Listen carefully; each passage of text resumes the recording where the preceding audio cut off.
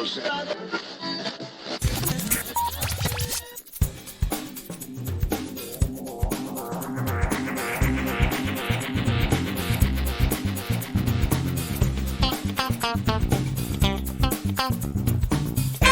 welcome to episode 420 of Geektown Radio. I'm your host, Dave, and with me this week is... Darryl, how are you doing? I'm good. How are you doing? I'm doing very well. It's been a few weeks since you've been on. What have you been up to? Okay, so the first thing that I have watched was something that I wanted to watch for a while, so I decided to sit down and get it done, and that was Bodies, which is the horror starring Amanda Stenberg and Maria Bakalova. Right, yes. So I've got a couple of interesting extra pieces of cast information because Lee Pace is in it, as is Pete Davidson, who is, of course, everywhere at all times. Yes, it's such a random selection of people in that cast, but yes. Also there is, that you might recognize, Rachel Snott. So one of the last few times I was talking about Bottoms, which she stars in, and she's also in this cast. Yes. The little IMDb summary says, when a group of rich 20-somethings plan a hurricane party at a remote family mansion, a party game turns deadly in this fresh and funny look of backstabbing, fake friends, and one party gone very, very wrong. And I think that's pretty much actually what happens as we get into things. So the main thing you need to know is Amanda Stenberg's character, Sophie, has sort of finished a recent stint at rehab, and she's sort of come along to this party. And as we learned, pretty much the opening scene is that the others didn't know that she was coming because they're all been friends for a while, but obviously she disappeared since rehab, and she's brought along a girlfriend, which is Maria Bakalova's character. And things quickly get interesting. It's just a sort of teen, sort of bitchy, nasty, lots of game-playing things that happen in the first half. But obviously then once the hurricane actually gets there, they're all trapped in and something happens, and that's when things get really crazy. I would say sort of as watching, it takes a while to get going. It sort of lays a lot of groundwork for sort of the crazy things that happen to sort of explain away what happens towards the end. So it could have done with some way of somehow speeding up the pace a little bit. Right. It drags, and then it does get started. You go, okay, we're here now. And once you get into it, it's not too bad. And it's fun. I don't know if it says anything particularly new, but it's still a fun thing to watch. Cool. And it's sort of slasher adjacent sort of thing. Yes, it's described on Wikipedia as a horror comedy. So yeah, the ratings seem to be pretty decent for it. I've not seen it myself, but it looks like it's around on Sky over here, on Sky Cinema. And if you've got subs on Sky, and it's available to buy from various places on VOD as well. So yeah, an interesting film. Probably worth watching with the group, I would say. Yeah. Let's move on. And we're going to Netflix and Rebel Moon Part 2, The Scargiver. Yes. Now, as an avid TV person, I'm more of a TV person than a film person, but as an avid TV person, I'll often get into discussions with people when they sort of suggest sort of things they like to see. And I'd always say, no, there's no way a TV executive would cut it off right at the beginning. Right. You know, in the same way that there's people often talk about, this film, this TV should have been made by committee. And I would like to point them to Rebel Moon, both parts, as what happens when you don't have an executive running roughshod over something. And you just let the creative people go nuts. Yes. Rebel Moon Part 2, like Part 1, is way too long, and it's very Zack Snyder. It has all his sort of signature moves in it. There is lots of slow motion, at least 30% too much slow motion in places that has no need for it. Yes. I think of it this way. Slow motion looks cool in intricate fight scenes, definitely. Yeah. Especially if there's like weaponry involved. Slow motion, as a rule, doesn't really work when it's a gunfight and a long-range gunfight. So you're just seeing all these energy bolts flying towards the person, and they're not hitting. There's nothing there. There's no skill. There's no art in that, in my view. And there's lots of that sort of slow motion thing. Right. Obviously, once you get into it, because it's Korra and surviving warriors prepare to defend Velt, their new home, alongside its people against the realm. The warriors face their past, revealing their motivations before the realm forces arrive to crush the growing rebellion. And if you've watched the first part, you obviously know what's going on. If you haven't watched the first part, definitely don't start with this, because that's it's going to make no sense whatsoever. Yes. We have an amazing cast. Sophia Butella, we got Jimon Hunsu, we got Ed Skrein. Obviously, Anthony Hopkins does the voice of a character here. Statham, who you'll probably last see in Supergirl. Yes. Is in there. I mean, it's a great cast, but yes, it's altogether, it's too long, and I don't know. There isn't enough there. Inside of this, there's a decent 2.5 hour film across both of these. Yes. But it needs to be chopped to pieces and come back again. Yeah, Zack Snyder's usual problem of he needs an editor. Yes. There are some amazing fight sequences. The plot is okay. The adversity of the bad people's side is it's a little bit too over the top just to take seriously. Mm-hmm. But there is something here. I mean, I've already heard that there's like an 18 cut.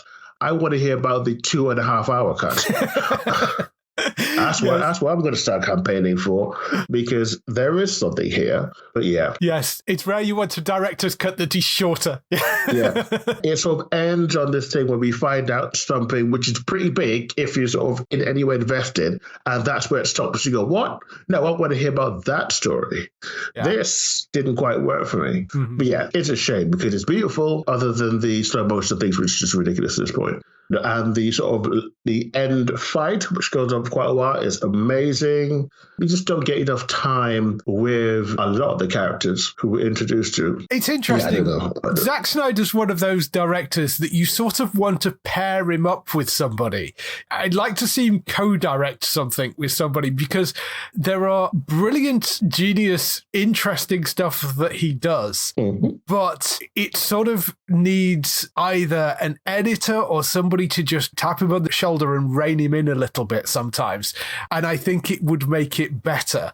The only time where he's actually released something which I thought was better when they made a longer version was the Justice League movie. Yeah, but we never really saw his short version, did we? No, but we never saw his short version either. But that was certainly a far better film than the original one that was released. Absolutely. But yeah, from what you're describing, it's a Zack Snyder film. And it depends what you think of Zack Snyder films generally, because all the problems that come with that, I think, sound like they are there in this as well. So, kind of depends. But I think he's a really interesting filmmaker, but I do think he needs somebody just to be sat on his shoulder, reeling him in a little bit, and maybe sort of just guiding it slightly. And I don't mean an exec, it needs another creative person that he's maybe co-directing, or a strong editor to have a cut of it. I don't know. But I think that's the problem at the moment. Yeah, definitely. So if you've obviously invested and watched the first one, definitely watch the second one. I would say it is a better film. It runs better in the way that the other one was a bit too much point A to point B to point C sort of thing. But yeah, cool. We'll have to see if this Netflix Zack Snyder thing goes on and we see other equally big, bold projects. Yeah. So, moving on to the next thing, we have Midsummer Night, which is a Norwegian miniseries that came out on the 11th. And that's where I started watching. And I watched about one a day or so. Here's the synopsis. It's midsummer. It's the longest day of the year. It's a party. There is romance in the air, but it is also the day that Karina and Johan, after 30 years of marriage, choose to tell their family and friends a big secret that has unforeseen consequences. Ooh. So, the main draw for this is that it stars Amalia Holm, who is one of the stars of Motherland Fort Salem, a formerly freeform show. It should be on Disney Plus now, which is about an alternative history which is real and was conscripted to the American military in order to not be hanged and burned at stake and such. Mm-hmm. But yeah, and it's a big deal. It's a very big deal. So as a fan of that, in fact, I've been seeing her at a con. So I thought, definitely watch this, support the actor. And this show is interesting. Take your mind back to any family gatherings and think of one where it all kicked off. Now take that, multiply it by 100, and that's what happens in these 5 episodes It's a large sort of extended family with some family friends. And as I say, they're hiding a secret, which is the head of the family. And everything sort of falls to pieces with secret reveal after secret reveal. And some that don't even get revealed. But as the audience, we are there to find out and hear about it. It's one of those, you get that feeling of awkwardness. It's so bad it curls your toes when people just have these meltdowns in front of their family about one situation or another. Mm-hmm. But you can't stop watching. There's a brilliant way that they've blended all these little issues and problems throughout them. And we get little flashbacks, which are actually decently done, which are nice and short, which is the way I like flashbacks. Yeah. Which gives you a little bit of background into why these things have happened, or to give you a little bit more insight into who you're dealing with. Mm-hmm. There are too many characters and things for me to really get into it. What I could say is it's definitely worth watching. It's a lot of fun. If you love drama, this is drama on jet fuel. You're definitely going to have something to get deep around in this. The cast are excellent. The setting, oh my God, the setting is gorgeous. I'm very much a suburban, urban sort of liver. That's always been sort of the case with me. But you see this beautiful house by the seaside and these amazing views. I think it was I start thinking about retirement where I want to be. It's so gorgeous, it's ridiculous. Learn a little bit about Norwegian Swedish culture and the Midsummer celebration, and that's fun too. I can't recommend it enough. Although if you can't deal with that sort of second-hand embarrassment thing, this is not the series for you. You will pass away. Yeah, it's not one that I'd heard of or looked up, but I might go and check that one out. Oh, and it's 5 episodes, and they're half-hour episodes, which is interesting. Okay, that's really quite quick to get through as well. If you do decide to watch this and you're trying to think, where have I seen the woman that plays Karina before? Penella August is her name, and she was Shmi Skywalker, Anakin's mother in the Star Wars films. So if you're trying to place that face. It is quite something. The ratings are doing pretty well. I think a lot of that is down to Motherland Fort Sailor fans getting in there. Yes, probably. I'm very much championing this as a project. Cool. We'll see what it leads to. Yeah. Okay. Next, I am all caught up with X-Men 97 after lagging a bit behind.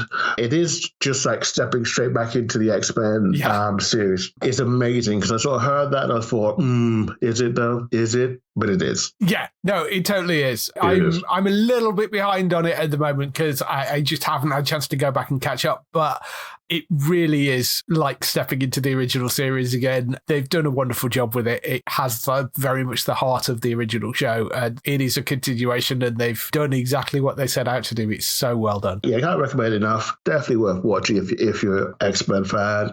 It doesn't pull any punches, does some pretty serious themes, also a lot of action consequences. So yeah, definitely recommend it. I was very worried when they brought this back. But yeah, this is an excellent bit of Marvel work here. And the final thing I watched was The Beekeeper. Yes. Which is not a quiet, interesting thing about a man pondering life while taking care of bees. Well, no, it stars Jason Statham and it's produced by Jason Statham. So I'm guessing it's very much not that. No, it involves lots of Jason Statham kicking people. Yes. Which is what he does best. And it's also the director's David Ayer. So...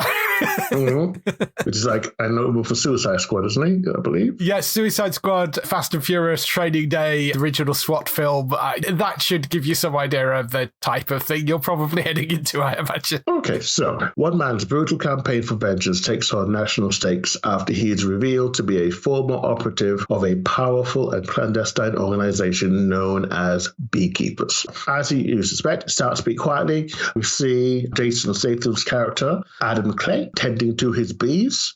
After he leaves, you see him have a short interaction with his landlady, I guess, who's rented him a barn and some space, obviously for the bees. What we find immediately is that when she goes back to her house, because she's agreed to cook some food for him that evening, when she goes back to her house, she's on her computer looking at some things, and she gets one of those pop-ups that says, your thing's been infected. Mm-hmm. Your computer's been infected. And she calls the number. Right. And you obviously know where this is going. Yeah, don't do that. Yes, don't do that. If you're an older person and you get a weird thing, ask a young person. Hopefully a relative can help you out, but please don't call the number. Yes. Because as we see, see the calls number, and we go through to one of those boiler rooms, which is interesting. If you remember Boiler Room, the original, which is just a little office with a load of sort of hard sell types. Yeah. And basically they fleece her for everything. It's real. She is in charge of a small charity, and they take her for over $2 million. Jeez. And as a result of that, she chooses to end her life. And that's what our hero Jason Statham comes in to find that evening when he comes over for dinner. And you see where this is going. Yes. Revenge. Revenge, as they say.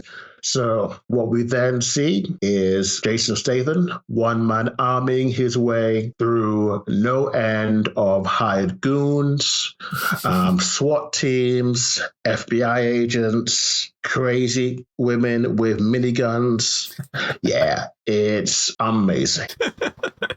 Yes, exactly what you want from a Jason Statham film, basically. Yeah. Starring in there alongside Jason Statham is Emmy Raven-Lampman. Yes. You obviously recognize that name because I said it. Yes, Umbrella Academy. I think I've interviewed her, actually, at one of the Comic Cons. I think you have. I remember that. Also, Josh Hutcherson. Yes. And Jeremy Irons. Yes. I noticed Minnie Driver's in there as well, apparently. And Gemma Redgrave, randomly. Yeah, so I remember with Minnie Driver, she has a scene. And Felicia Rashad is the woman at the beginning, who's obviously well known for her role in The Cosby Show. Yes. But yeah, it is exactly what you'd expect, which is just Jason Statham just taking people apart, left, right, and center. Excellent. And it is a great deal of fun to watch. Yes. If you're wondering where to find that, by the way, it is up on Sky Cinema, so you can get it on if you've got a Sky Cinema subscription, and I'm sure there are other places you can find it as well. Yeah. But yes. Yeah, because this is very recent, so I can remember when it came out, it did better in cinemas than expected, and I can see why. This would have been amazing to see in the cinema. Yeah. The fighting is excellent. Definitely something that obviously David Ayer can direct or work with people who can do. The plot goes along nicely. It's a lot deeper than you'd think. You'd assume it was just census bias, but no, it does work really well as we find out more about his character. And where we find out more about the bad guys who basically have access to a dump of people's information, and that's how they're going around targeting people for those con jobs of theirs. Mm-hmm. I would definitely recommend. Most of what I've had are our best sort of action film I think I've seen recently for quite some time. Awesome. Maybe one that I have to go and check out at some point, seeing as it is available to me for Sky Cinema, so I might go and look at that at some point. So for me, the main thing that is new this week that I have been watching is the third and final season of Brea, which dropped on Paramount Plus. The amount of comments that I got when we posted about this coming back was, this show's awful, but I can't stop watching it. Yes.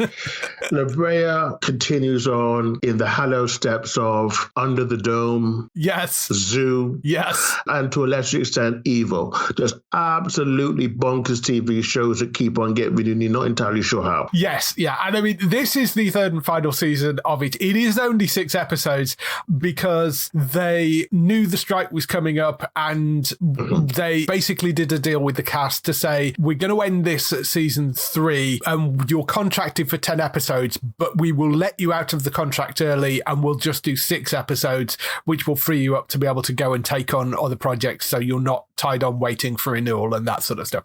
So the cast agreed. That's what they decided to do.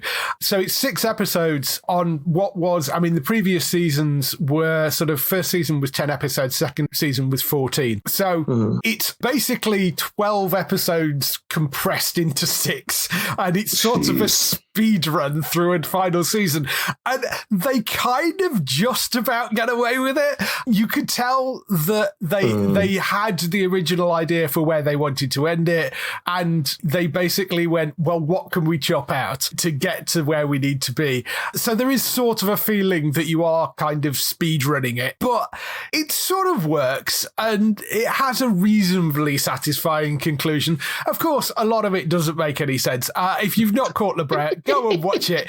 It's wonderfully silly. As we mentioned before, is the show about a big sinkhole opening up in modern-day Los Angeles, and a bunch of people fall in, find themselves in a primeval world. Turns out they've gone back in time. They're in a primeval version of Los Angeles, and these rips and sinkholes keep on opening up. Things fall into them. So you've got this weird mix of sort of, people from various places turning up down there, and there's society set up down there, and there's technology from the future, and there's a whole thing of sort of why it's all happening. We return to for season 3. The family, which is the main family we've been following, are trying to reconnect and get back home. They ended the second season with one of the family members disappearing through a portal.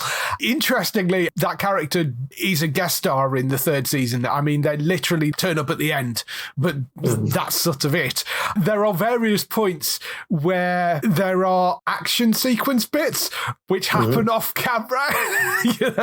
Like they're going to rescue something, and they sort of, okay, well, we're going this way. They need to do two things at once. So one group goes to do one thing, one group goes to do another, and they only follow the one group, which presumably was the one where the effects were cheaper to do. There's a lot of that sort of stuff going on. Okay. You've got people jumping backwards and forwards through time, as well as they sort of try and get people home and back to their proper time and that sort of stuff. It's bonkers. It's mad. I really love stupid shows like this. Zoo is the other one that immediately springs to mind. But like you say, it's very much in that vein of Zoo, Under the Dome.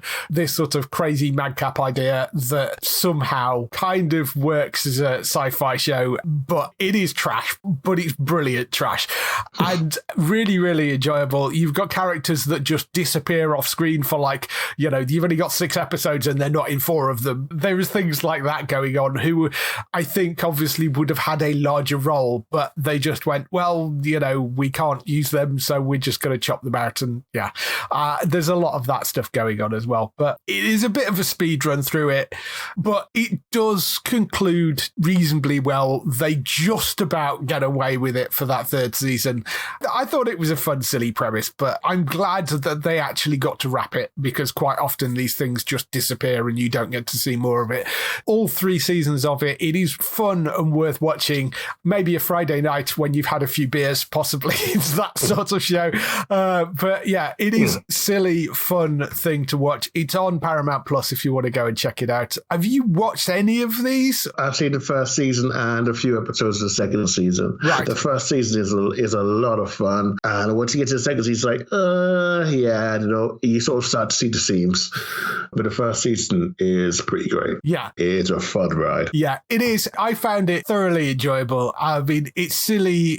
It's very much kind of put your brain on the side TV, but really enjoyable. I love stupid shows like this. And Brea fit that mold brilliantly, and it wraps reasonably well. So yeah, there is, and like I said, there's not a huge amount of episodes. There's 10 episodes in season 1, 14 in season 2, and 6 in season 3. So not a huge amount to get through, but it's on Paramount Plus if you want to go and check that out. The other thing I started was Superman and Lois, which popped back up for its third season. It's now all on BBC iPlayer. I've only seen the first episode so far, but it's the end of anything even tangentially connected to the Arrowverse. Essentially, we're heading towards that. We have still got another full season to go after this.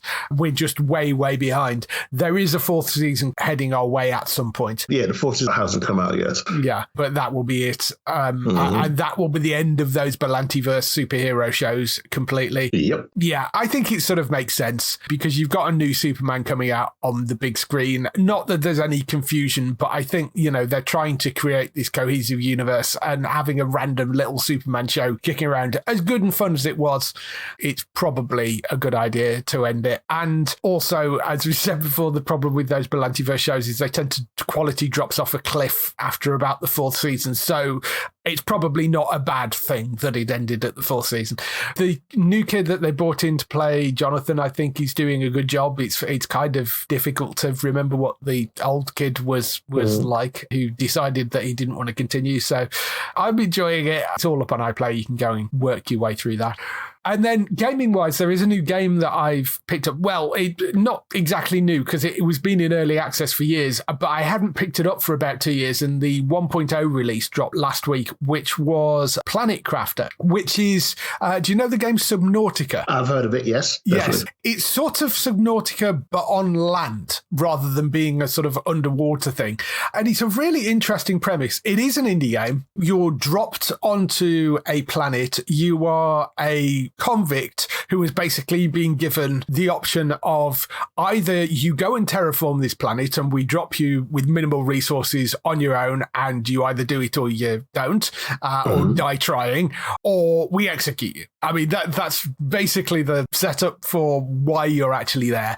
And you, much like Subnautica, you run around. Initially, what you're trying to do is you're sort of building a base, just trying to survive. You have limited oxygen. As you get further into it, you are getting more and more blueprints, and as you terraform more, you get access to more and more blueprints.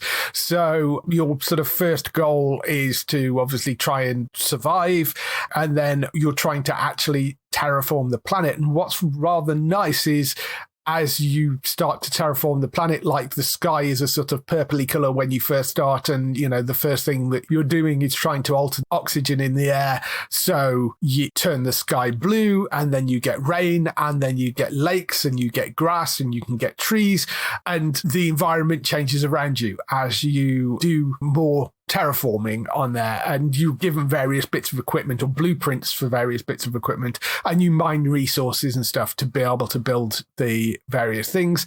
And as you increase your oxygen capacity by various bits of equipment, means you can explore a bit further from wherever your base is, and you can build sort of mini bases as well. It's a really, really fun game. And the 1.0 release came out, yes, I think it was last week. So I've been picking that up and been playing around with it. Yes, that's called Planet Crafter. It's out on Steam now. Worth going to check out.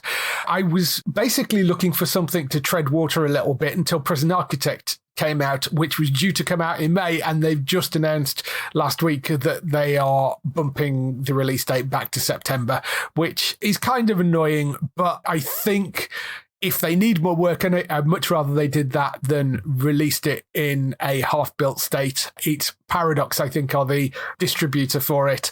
And given the nightmare they've just had with City Skylines 2, which they completely screwed up the release for that because they pushed the developers to release it way, way earlier than they should do. And they've been getting a lot of flack for that. I think they possibly are trying to avoid being in the same situation with Prison Architect 2. I've been watching videos and stuff of it. They've been releasing stuff and it looks like really, really good. I was a huge fan of the original game. There is a lot of similarities to the original game, but they have turned it into full-blown 3D, so you can actually build upwards, which is something you couldn't do in the original. It was all flat 2D graphics on the original Prison Architect. The premise of it is it does what it says on the tin. You are the architect of a prison and you serve as warden as well. So you're building a prison to house inmates. But the original game was great fun, had a really cute style to it, and they've transformed that sort of style into a full 3D game. That was supposed to be coming out in May, but they bumped it back until September, unfortunately. So Planet Crafter is the thing I've been playing around with. I've stepped away from No Man's Sky, which was the other thing I stepped back into. I'm still enjoying playing with that, but I wanted to try something different. So worth going to check out Planet Crafter if you've not looked at it yet. That's all the stuff we've been doing this week. Let's move on to some TV and film news. We kick off the TV and film news with the renewals, cancellations and pickups as ever. And the first couple of cancellations very much stick to the adage of you don't have to run faster than the bear to get away. You just have to run faster than the guy next to you. These are two CBS cancellations. It's CSI Vegas, which was cancelled after 3 seasons, and So Help Me Todd, which was cancelled after 2 seasons. Both of them are the lowest rated dramas on CBS, unfortunately. However, had they been on any other network, they probably would have survived. All 5 of the CBS dramas that were in the balance last week ranked 22 or above across all US linear TV ratings. So pretty much every drama that they have on CBS is 22 or above, and these two were at 22 and 21. The only one that wasn't actually, I think, was SWAT, which is a 23, and that surprisingly got renewed. But, you know, I mean, there is a lot of love out there for SWAT. There is a huge fan base for it. So it's a real shame, because I think So Help Me Todd was a great show. CSI Vegas, I really enjoyed. I mean, the case of CSI Vegas, it got 3 seasons when it was only supposed to have 1 in the first place. So, you know, you got 2 more seasons than it was originally planned for, which is something. But yeah, it's a real shame that those 2 have gone. They're both made by CBS. Whether anybody, I think it's unlikely that CSI would go anywhere else. No. It's possible that somebody could step in and try and save So Help Me Todd, but I have a feeling it's probably unlikely. The only slight sliver of chance is they could boot them over onto Paramount Plus, but Paramount Plus is chopping things left, right and centre as well at the moment. So, I mean, there are a lot of rumours surrounding Paramount, the company who own Paramount Plus, obviously, and CBS. A lot of rumours around there of potentially them selling to somebody. It seems likely it will happen at some point. Sony are the latest people that have popped up and apparently are showing interest in potentially buying Paramount. So, I mean, whether any of that happens, we don't know. I think there have been 4 potential offers since the start of the year so far, and with this Sony one being the 4th, because there was talk of them merging with WB at one point, and there have been a couple of other sort of independent people that come in. But yeah, there's nothing fixed right now. Yeah, did you watch either of those? No, I have not seen either of those. I do know that So Help Me Todd does film in Canada. Yeah. Other than that, CSI Vegas was never really my favourite. I was more of a Miami guy. Ah, yes. I love the CSI shows, and I think they did a really good job bringing that one back. It was a really nice iteration of it, but unfortunately, neither of them have survived. As I say, I don't think they're likely to get saved by anybody, but, you know, we've been surprised before, so you never know. Over in the UK, Channel 4 has axed the UK version of the US survival format alone after 1 season, so that won't be coming back. And just today, they announced that Vera will come to an end after 14 seasons. The final season, in quotes, is actually 2 feature-length episodes, so it's only 2 episodes long. Mind you, there have only, I think, been 4 or at the most 6 episodes for 1 season. Most of the seasons have been 4 episodes. So 2 feature-length episodes for the final run of it. It's going in production to the summer, so it usually lands early in the year, so it'll probably be early 2025 when that lands. But, you know, Brenda Blethyn, by the sounds of it, has decided that she wants to hang up her trench coat. The woman's 78 and a national treasure. She can do what the hell she likes as far as I'm concerned. So, you know, if she's decided she's done with it, yes, it's a shame after 14 seasons, but, you know, I mean, as I say, she's 78. She can do what the hell she likes. It'd be sad to see it go, and I know a lot of people love that show on ITV, but yes, Vera will be ending after 14 seasons. On to the renewals, though, and we've got a reasonable set of them this time. CBS have renewed Elspeth, which is the Good Wife / Fight spin-off. That's been renewed for a 2nd season. Mm-hmm. It had a bit of a shaky start, I think, with its numbers, but it seemed to have leveled out and found a footing, and is it also doing all right. It had a bizarre release schedule where the first one came out and then it was gone for a month and then returned with episodes 2 and 3. So. Yes, weird.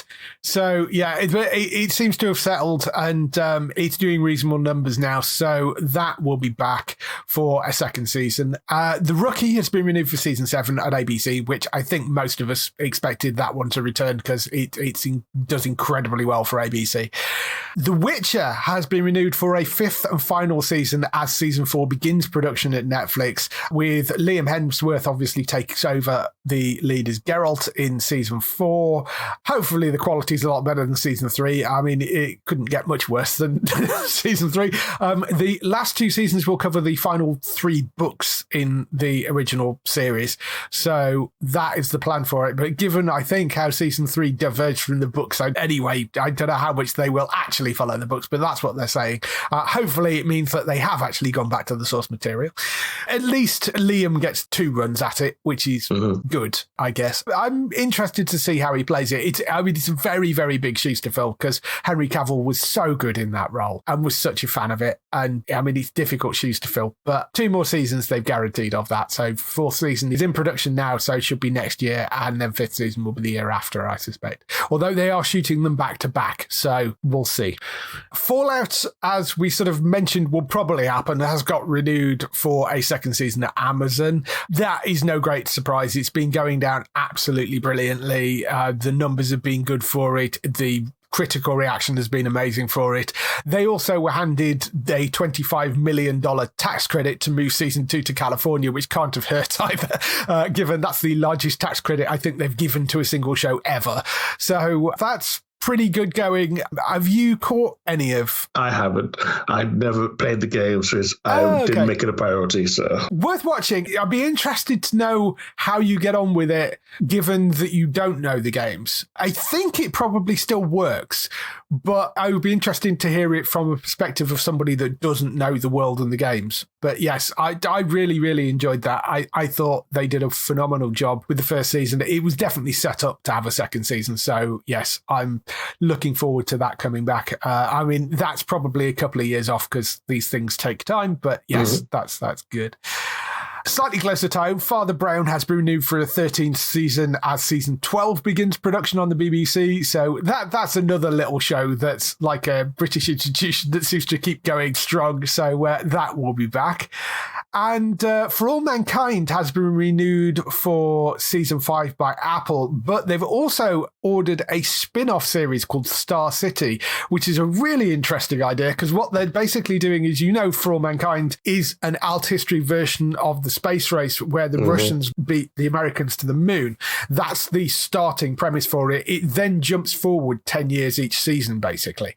So what they're going to do is Star City will tell the same story, but from the Russian side of things, which is a really interesting idea because obviously we've met some of the Russian characters. So presumably we're going to see them pop up in this and probably be the main characters moving forward. So that's a really intriguing idea.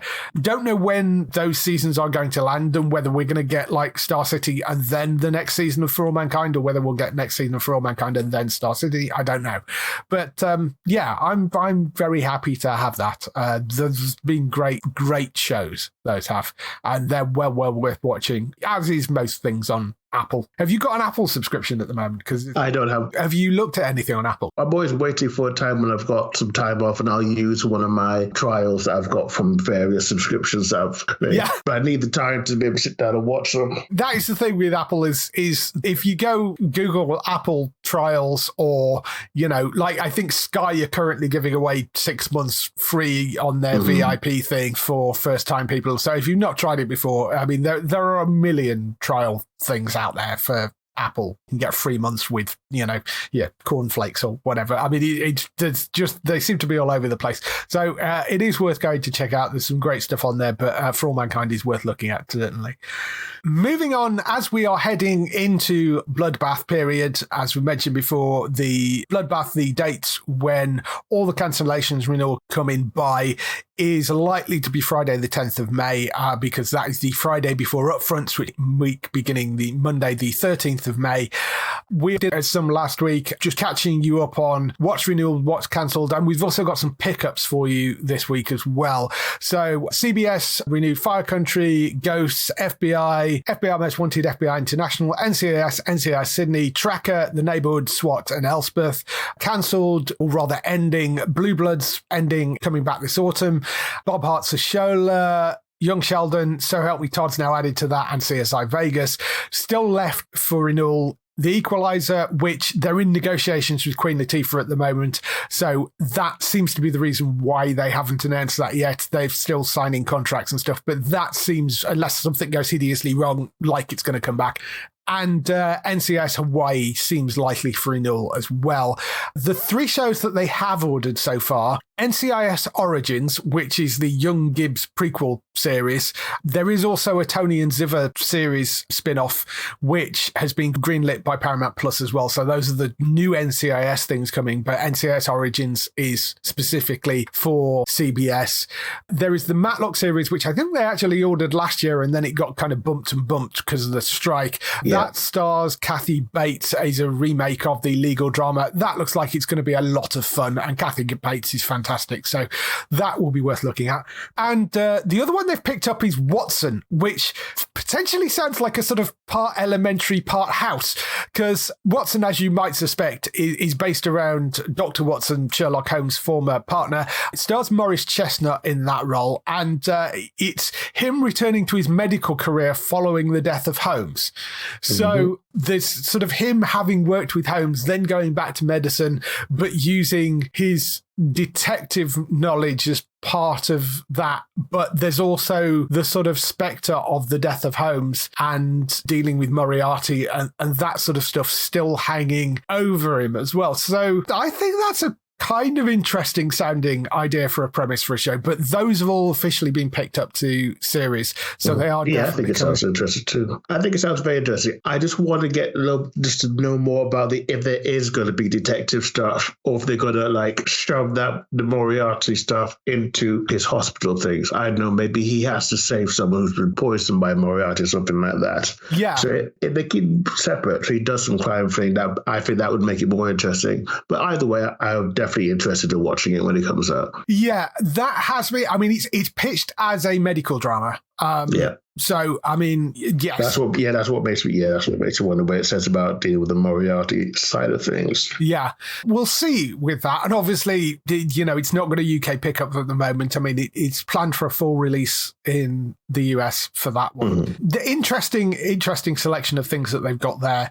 Over at ABC, 911, Abbott's Elementary, Grey's Anatomy, Will Trent and the Rookie, all renewed. Cancelled or ending, they've got Station 19 and The Good Doctor coming to an end. The 2 that they've got left outstanding is Not Dead Yet, which is down to a sort of 50-50 rating. Ratings are down on season 2, but it is liked internally at ABC. It seems like if they can find a way to make it work and bring it back, they will probably do so, but it's on shaky ground, that one. The Connors seems like a sort of 75% chance that will come back for a 7th and final season. The biggest issue with that is the cast are all on 1-year deals, so it gets more and more expensive the more they do it, because they have to renegotiate the cast deals every single season. What they have said is if they can't come to an agreement on the 7th season to finish it off, then they have filmed an additional tag for the season 6 finale. So it does have an ending either way. But they are talking about possibly doing a 7th and final season. So the next season will likely be the last one if they do that. But there is an ending if they can't sort that out for season 6. The 2 pickups that they've got on ABC, one is called High Potential, which is written by Drew Goddard, who has been on a million different things. But I mean, The Good Place, he worked on The Martian, the movie, Buffy, Lost. So, he covers a whole gamut of stuff. Stars Caitlin Olsen and follows a single mum with an exceptional mind whose unconventional knack for solving crimes leads to an unusual and unstoppable partnership with a by-the-book seasoned detective played by Daniel Shinjata. It's based on a popular French series called HPI. I mean, it sounds fairly generic sort of cop thing, but, sometimes those things can kind of work. So that's one of them.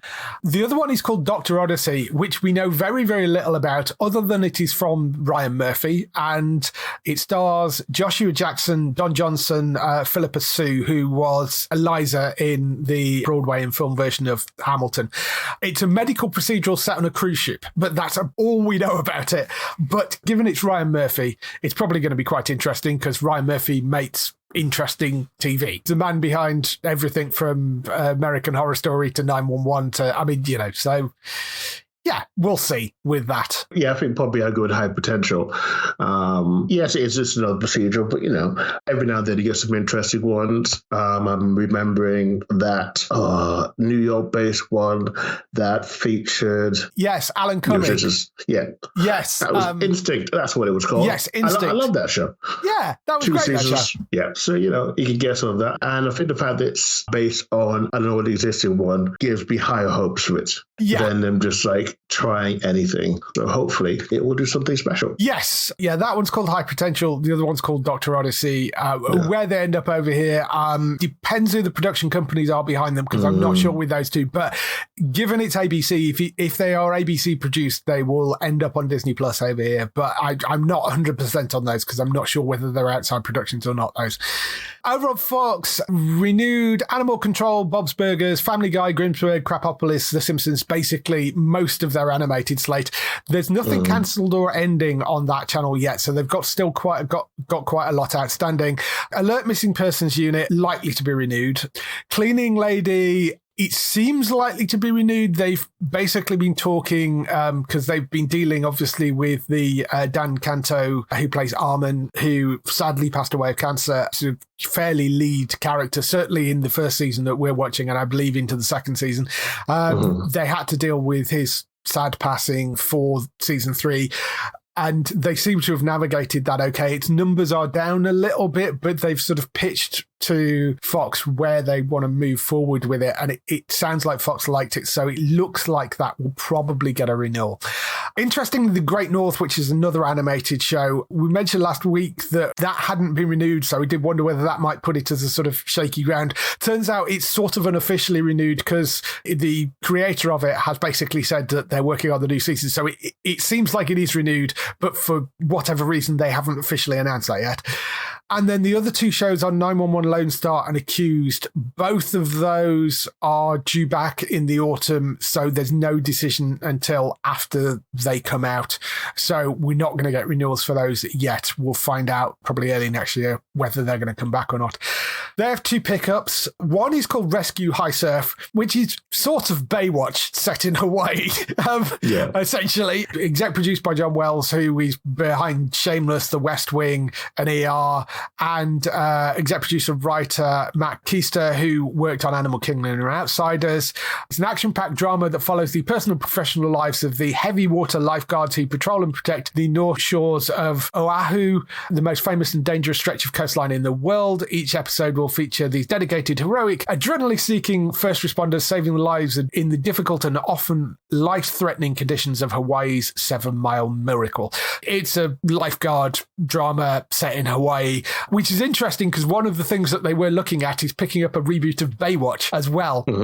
So whether they would ever run both, I don't know, but there was talk of them doing, they were being pitched an idea for Baywatch coming back as well. So, I mean, maybe you have one as a sort of autumn show and one as a summer show. I don't know, but yes. But that's called Rescue High Surf.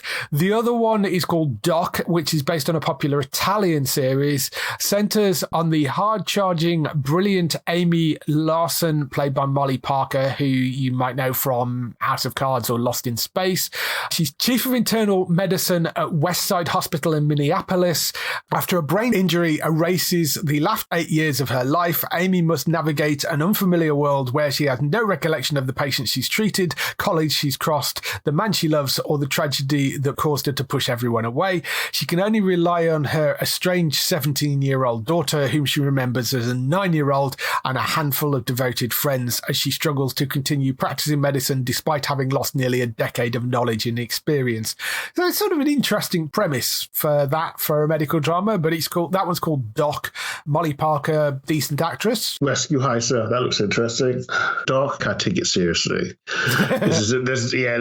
Someone who's lost 8 years of medical experience has no business with a medical license, but okay. That's crazy. You would hope they got her to sit her medical exams again. Exactly. Maybe, if it was about her going back to medical school, I can understand it, but not just her going straight back into the work. That sounds a bit terrifying. Yes. It depends how it's set up. It is based on an Italian series, so there is sort of precedent for it, although I think that had a male lead rather than a female lead. But I mean, fine. That's going to be one of the ones that you need to see to find out. Over on NBC, Chicago's renewed Found the Irrational, Law & Order SVU, cancelled Quantum Leap, La Brea, Magnum PI, and technically sort of Transplant, although that is actually a Canadian series and it was cancelled in Canada after 4 seasons, so not really their fault. Still outstanding, Law & Order Organised Crime. They're talking about possibly moving that to Peacock from NBC. Would obviously make no difference to the UK audience. Night Court, which is expected to get renewed because it is one of the most watched and high-rated series on NBC. The 2 shaky ones are Lopez versus Lopez, which is George Lopez and his daughter Maya Lopez. Second season ratings weren't great. It sort of scraped through in its first season, but whether it'll get past in a second is difficult to tell. And Extended Family, which is the comedy with John Cryer, Donald Faison and Abigail Spencer, also on shaky ground. It's a Lionsgate co-production, makes it more expensive. Ratings aren't great. The only saving grace for that is it's in its first season, and as showed by Lopez versus Lopez last season, NBC can be a little bit more lenient when it comes to rookie comedies. So we'll see. But that's pretty much the same as we said last week. However, we have got a couple of pickups. St. Dennis Medical, which is from Justin Spitzer, who was one of the people behind Superstore. Mockumentary about an underfunded, understaffed Oregon hospital where the dedicated doctors and nurses try their best to treat patients while maintaining their own sanity. Alison Tolman is one of the lead cast. It's also got some of the Superstore cast in there as well. That has actually already been picked up by the BBC over here, so that will be coming to the BBC iPlayer. That's called St. Dennis Medical. We will definitely be seeing that. Dr. Wolf is another one, and this is inspired by Oliver Sacks' extraordinary life and work. It follows revolutionary and larger-than-life neurologist Oliver Wolf, played by Zachary Quinto, and his team of interns as they explore the last great frontier, the human mind, while also grappling with their own relationships and mental health. Given that that is based on sort of somebody's real life work, again, has sort of house vibes to it, I think, that one, but that one's called Dr. Wolf, and I'm kind of interested to see where they goes with that. They have got a couple of pilots which are potentially outstanding. Obviously, the Suits LA one, which we talked about a number of times, which is starring Stephen Amell and Josh McDermott. And they've got another one called Gross Point, which is also known as Gross Point Gardening Club, which was the longer title for it. But 4 members of a suburban gardening club, all with different walks of life, who get caught in a murder and mischief as they struggle to make their conventional lives bloom. It's got Melissa Fumero from Brooklyn Nine-Nine, Matthew Davis, who was Ulrich in The Vampire Diaries, Alexander Hodge from Insecure, Anna Sophia Robb from The Act, and Ben Rappaport from Ozark and For the People. So it's a decent, interesting cast in there. Slightly odd setup for it, but yes, those are pilots at the moment, so they've not ordered those. St. Dennis Medical and Dr. Wolf are ordered to series. I'd maybe give St. Dennis Medical trouble. Fan of Alison Tolman. I can remember her doing that sci-fi show that only lasted season, it was really good. Yes. The AI one. Yes. I don't know about that Suits LA idea. I know what you mean. It does depend how they handle it. I mean, Stephen Amell is very watchable, and Josh McDermott's great. I like the casting for it. I just don't know whether you can pull it off. It's a tricky one, but we'll see. As I say, that is only a pilot at the moment, so they are shooting it, I think, at the moment, so we'll see whether that lands. The only other main network, of course, is the CW, and as we mentioned last week, no change there yet. Superman and Lois ending at season 4. They're not producing any new US scripted shows. A lot of their stuff is buying from Canada, actually. An awful lot of them.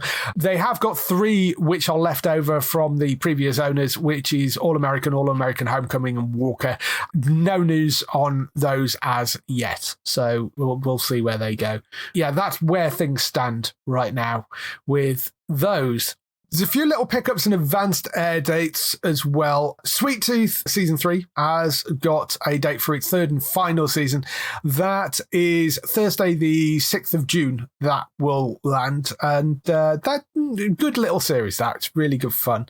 We've got a bunch of dates for Disney as well. 911 Season 7, 1st of May on Disney+.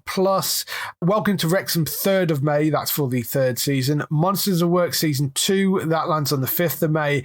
Abbott Elementary Season 3 Part 1, 8th of May, and Good Trouble Season 5, the final episodes of that are coming on the 8th of May as well. So lots of decent stuff coming in May on Disney Plus, worth checking that out, as well as the new shows coming there as well, which we've mentioned before, such as the Star Wars new animated short series as well, and stuff like that. So yeah, good stuff on Disney coming next month. And The Responder Season 2 has got a premiere date as well. That is coming the 5th of May on BBC One and BBC iPlayer. That will be landing. That's the Martin Freeman cop drama set in Liverpool that makes you look at it and go, why isn't Stephen Graham playing that role? Because he's a Scouser, and it would have made far more sense. Not that there's anything wrong with Martin Freeman, but, you know, it feels like a role that Stephen Graham should be doing. I'm just sort of saying, you know, yeah. The first season of that was great. So, yes, looking forward to that coming back. Other news as well. Apple has ordered an adaptation of Mick Herron's Down Cemetery Road, starring Emma Thompson and Ruth Wilson. So, great cast. Mick Herron is the person behind Slow Horses, and a lot of the team behind this are the same team behind Slow Horses. It was weird, actually, because when Slow Horses got renewed for a new season, they only renewed it for one season, whereas all the previous times they've renewed it for two. And I thought that was a bit odd. And I wonder if what they've done is taken the money that they were going to spend on that, you know, maybe they're going to sort of interchange them possibly, and maybe they've done like one season of Slow Horses and then doing a season of this, because it's the same team. So I mean, I don't know if that is the case, but I do wonder if that may be what it is. But anyway, the series stars Emma Thompson and Ruth Wilson.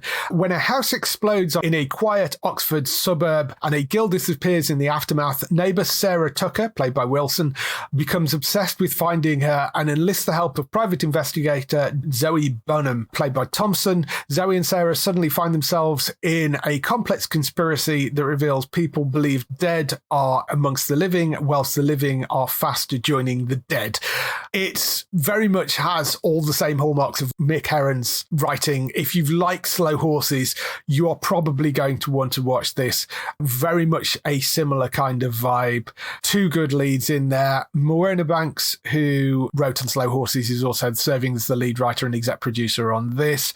There are, I think, 4 books that they have to work with from this, whereas I think there are 8 books plus novellas and other things in Slow Horses. So there's a lot more of Slow Horses that he's written. But there are 4 books that are based around the Zoe Bonham PI character. So they have more to go on after this, assuming it lands okay. But I'm really looking forward to this. Slow Horses is one of the best things on TV right now. So Down Cemetery Road, this is called, and that's coming to Apple if you want to check that one out. That's all the news we've got for this week. Just some highlights for next week on TV.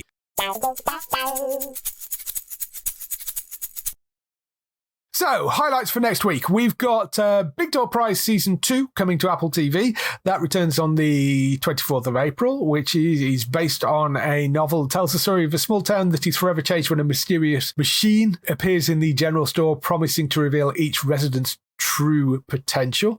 Hold the Front Page with Josh Widdicombe and Nish Kumar returns for its 2nd season as they tour basically local newspapers doing reporting. 24th of April at 9 p.m. on Sky Max for that.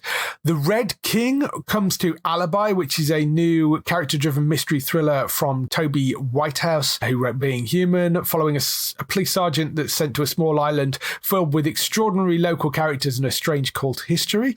Dead Boy Detectives, which is a show which I think originally was going to be on Max in the US and then got shifted over to be part of the Sandman universe on Netflix. This is coming the 25th of April. That's a horror detective series based on the DC comic book from the people behind Doom Patrol and the flight attendant Steve Yockey. Really looking forward to that. I think it looks quite good. It's a YA series. It feels like it would be something that's probably up your street, I would have thought. that one. Yeah, it might be worth checking out. Although I get a bit worried about YA shows and Netflix now after being stung by God, I've even forgot the name now. I feel bad about that. But the British-based Supernatural one, Lockwood & Co. Yeah, I was still very gutted about that. I thought they did a wonderful job with it. The one saving grace that this maybe has is the fact that they're tying it into the Sandman universe. I don't know how closely, but they're saying it's part of that, which might help it a little bit. But Dead Boy Detectives, that's coming 25th of April to Netflix.